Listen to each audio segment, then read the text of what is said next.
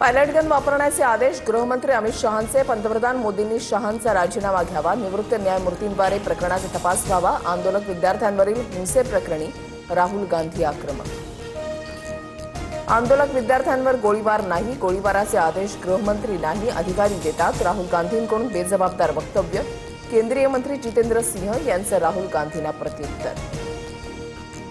Pilot गनच्या वापराचे आदेश शहांनी दिले असल्यास कारवाई व्हावी. अभिजित दिपकेंची मागणी. विद्यार्थ्यांना त्रास देऊ नका, नाहीतर सरकारही बदलू, दिपकेंचा इशारा. लोकसभेत परीक्षा सुधारणा विधेयक पास. राहुल गांधींच्या शहांवरील आरोपानंतर गदारोळ. माफी मागण्याची सत्ताधाऱ्यांची मागणी. तर मी माफी मागणार नाही, राहुल गांधी ठाम.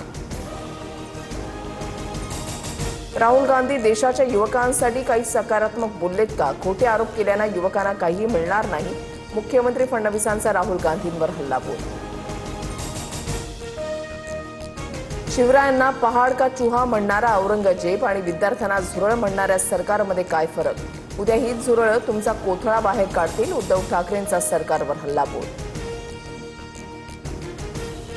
E20मुळे इंजिनचं नुकसान किंवा मायलेजमध्ये घट झाल्याचा कोणताही पुरावा नाही. व्यापक अभ्यास, चाचण्या आणि तज्ज्ञांच्या सल्लामसलतीनंतरच 20% इथेनॉल मिश्रणाचा कार्यक्रम सुरू.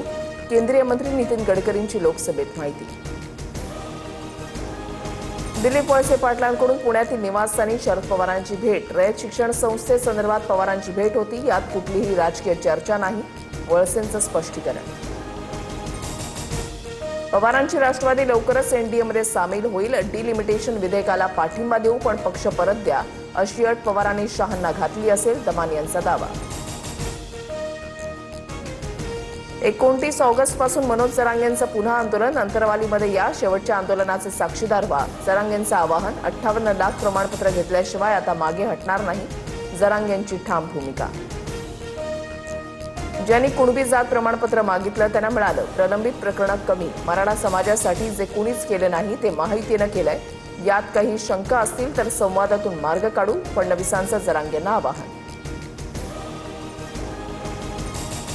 आज विदर्भात नागपूर, वर्धा, चंद्रपूर, गडचिरोली, गोंदिया, अमरावतीला ऑरेंज अलर्ट जारी, तर मुंबई वगळता उर्वरित महाराष्ट्राला येलो अलर्ट.